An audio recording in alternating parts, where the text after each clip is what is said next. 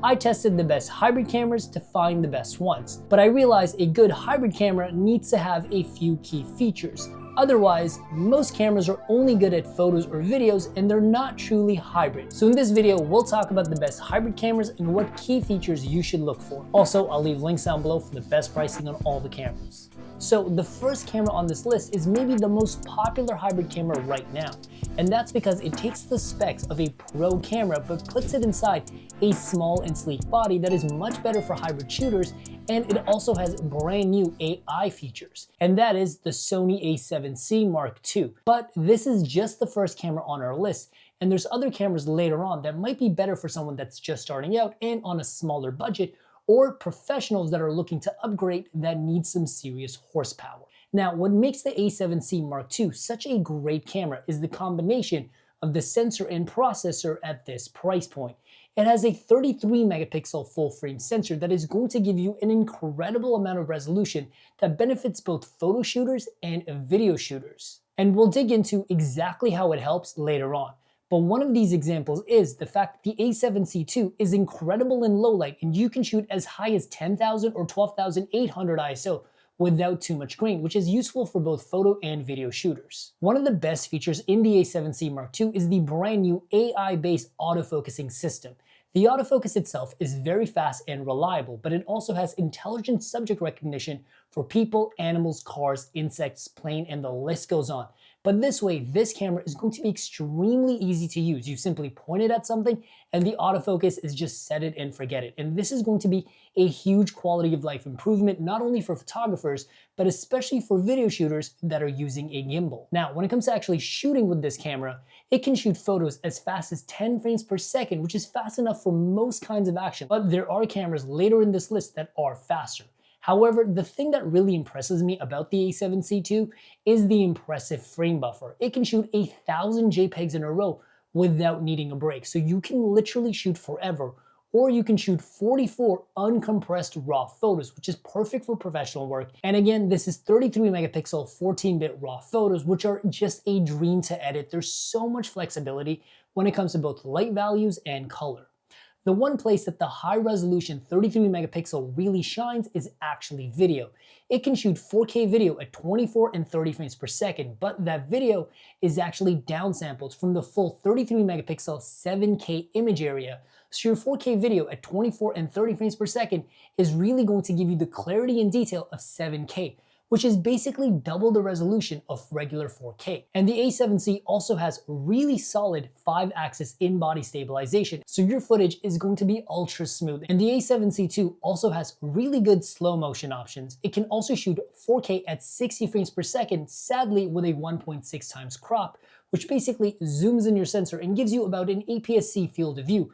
But you can still shoot full HD without a crop at 60 frames per second and 120 frames per second. And if you're a serious cinematic shooter, you can also shoot in S-Log2, S-Log3, and S-Cinetone in 10-bit color, making this camera on par with a serious professional high-end camera like the A7 IV or the Sony FX3. But my favorite thing about the A7C has to be the design. It's a small and nimble body. It can literally fit in the palm of your hands, even with a big lens. And this camera is perfect in terms of design for a gimbal. It's super small, easy to balance, and the body itself is made of magnesium alloy that is not only durable, but it's also super light for gimbal work. And the camera itself is also weather sealed, so this camera can pretty much stand up to any kind of shooting scenario. And I love the ergonomics on this camera. The button layout is absolutely perfect. They even have a dial to quickly swap between photo, video, and slow motion mode, making it a must-have feature on hybrid cameras. Sadly, the one thing that I wish was different on this camera is that it only has one SD card slot. If you're more of a casual shooter, you probably won't care, but if you're a super serious professional shooter, you're probably gonna want dual SD card slots, and you'll probably want to wait for a camera later in this list. But the A7C does have a side articulating screen with touch controls that basically give you complete control over your camera just through the touch menus, and you also have touch autofocus. And it also has an electronic viewfinder despite the body being so small. I don't particularly love it because it's kind of low resolution, but it's good enough for composing and making sure you're in focus. And for a hybrid camera, this is pretty much all you really need. And the battery life on the A7C II is super solid. A single charge is going to give you several hundred photos and hours of shooting, and you can also charge this camera via the USB-C port. The A7C is probably the camera that most of you guys are looking for. It's got phenomenal design plus a very powerful photo and video specs, and I love the AI-based autofocus, reframing, and the stabilization is absolutely amazing. The only thing that I don't particularly love is the fact that the 4K 60 has a pretty significant crop. But like I said, the A7C is just the first camera on this list, and we have more cameras coming up that give you a lot more powerful specs, and they also don't crop into the sensor at 4K 60. Now, maybe you're just starting out and maybe you're on a smaller budget, but you still want a camera with very powerful specs. And this next camera might just be for you, and that is the Canon R7. What makes the Canon R7 such an amazing camera is that you actually have a 32 megapixel sensor, which is pretty close to the A7C's full frame 33 megapixel sensor. Now, this is a smaller sensor than the full frame sensor on the A7C, but this is currently the second highest resolution APS-C sensor that you can get right now. And with an APS-C sensor, you do get a smaller field of view, but the sensor might actually be better for a lot of people that are shooting things that are really far away, like sports and wildlife, and this will actually give you more range out of your lenses. And the R7 also has built-in stabilization for smooth handheld videos and handheld photos. And another thing the Canon R7 has going for it are those gorgeous Canon colors. They're very true to life with just a hint of warmth, and they might be a better fit for someone who doesn't do a lot of color grading or doesn't plan on editing their videos. And despite having a smaller APS-C size sensor, the Canon R7 is still really good in low light for both photos and videos. Plus, the Canon R7 also has AI-based autofocus that can intelligently track people, animals, and cars, and while it may not be quite as good as the A7C, it's still very much a 10 out of 10 set it and forget it autofocusing system.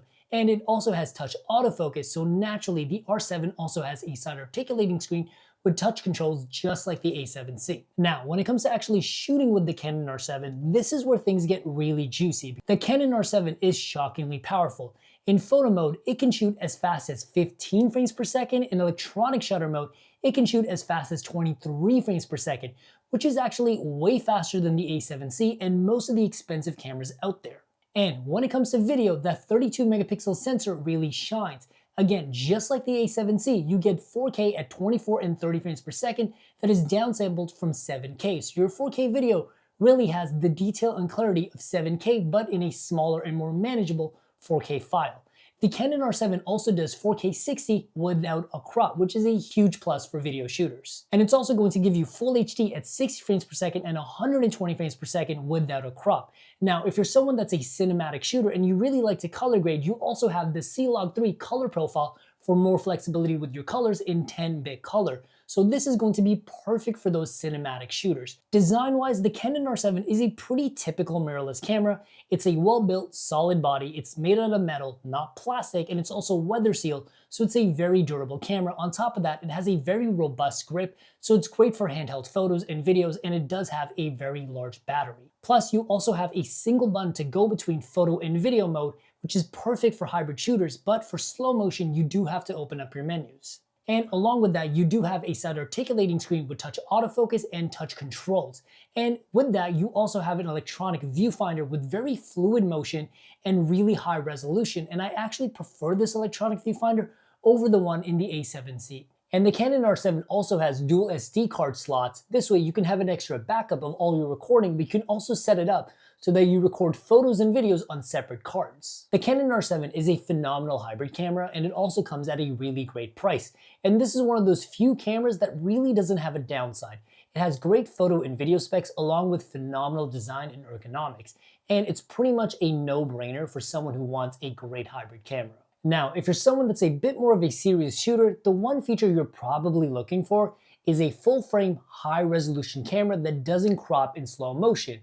And if that sounds like you, the next two cameras might actually be the cameras you're looking for. And the first of these cameras is the Canon R6 Mark II. The R6 Mark II has a 24 megapixel full-frame sensor, which is plenty of resolution for both photos and videos, and the R6 Mark II is also phenomenal in low light as long as you're using full stops of ISO, like 800, 1600, all the way up to 12,800.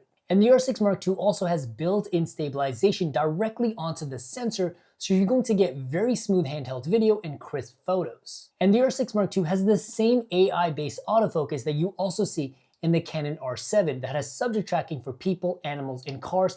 Overall, it's a super reliable system and the autofocus is very sticky. And just like the Canon R7, it also has a side articulating screen with touch controls and touch autofocus, meaning you can change all of your major camera settings just using the screen on the back. And the 24 megapixel full frame sensor is kind of the sweet spot between resolution and speed.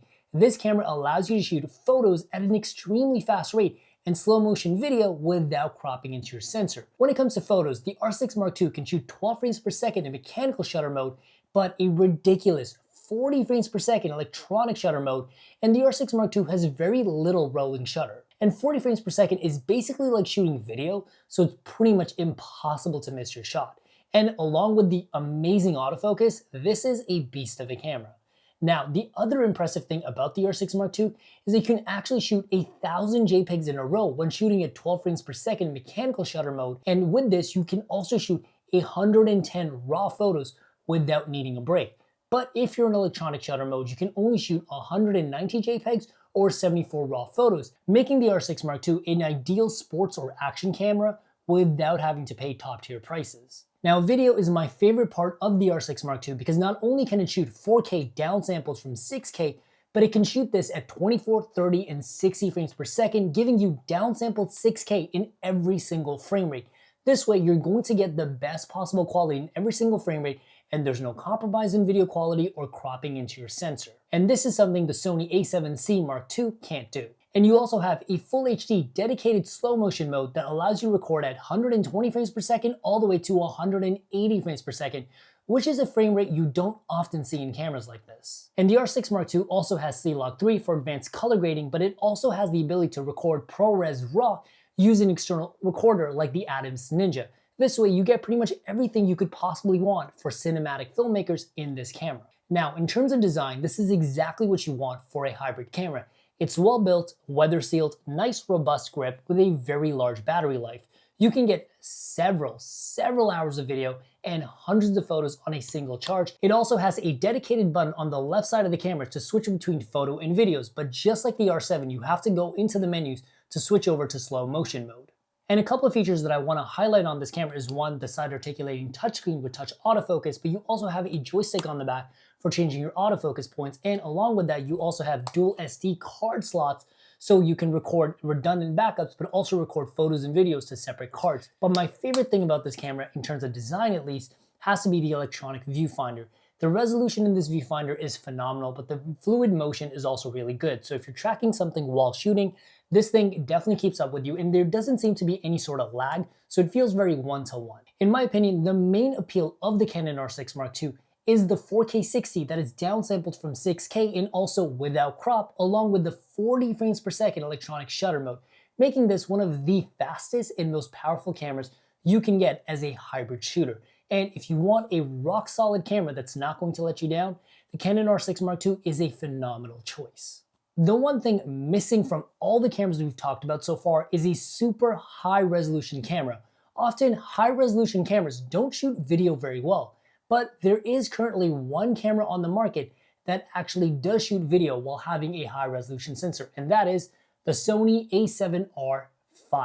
This is currently one of the best photography cameras you can get right now because it has a 60 megapixel full frame sensor. That's basically double the resolution of any camera on this list. With an incredible 60 megapixel resolution, you can zoom in and see even the smallest little details in your photos, and there's also a ton of benefits when it comes to video as well. Plus, it also has the best AI autofocusing system on the market right now. It's actually the same one in the A7C, and this autofocusing system is simply going to make your life that much easier when it comes to shooting fast-moving action.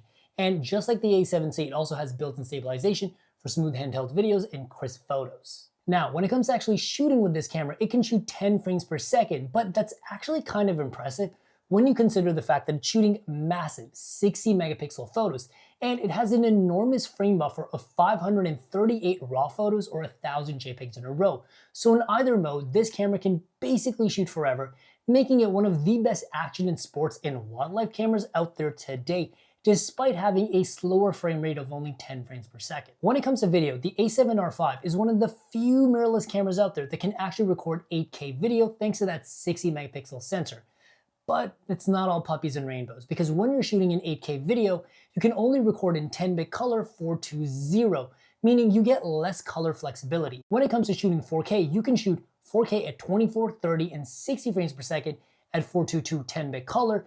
However, it's native 4K, but the upside of just shooting native 4K that is not downsampled is that when it comes to shooting slow motion 4K, the sensor does not crop. So you're able to maintain that full frame field of view, unlike the A7C that crops when shooting 4K 60. And the A7R V also has S-Log3 and S-Cine style color profile, so if you're someone that wants to do some heavy color grading, that's available to you. Now, in terms of design, the Sony A7R V is more of a pro style body, which gives you a lot of extra buttons and dials on this camera.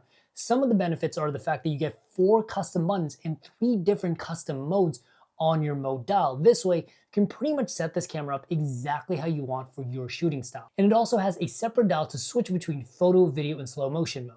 But one unique feature in the A7R V is that the LCD screen on the back is both a side articulating screen and a tilt screen. So it's a perfect screen for both photographers and video shooters, which is why the A7R V is without a doubt the perfect hybrid camera. It has a ridiculous 60 megapixel sensor, gorgeous 8K video. Even though it's 8K with 420 10-bit color, you still get 4K video in slow motion without a crop on your sensor or any kind of compromise in video quality. This has pretty much everything a hybrid shooter could possibly want. And if you do want a slightly smaller body and also save a little bit of money, make sure to check out the Sony A7C R. And more importantly, if you do want to get the best possible pricing on your camera, make sure to check out the links in the description down below. And I will see you guys in the next video. Peace.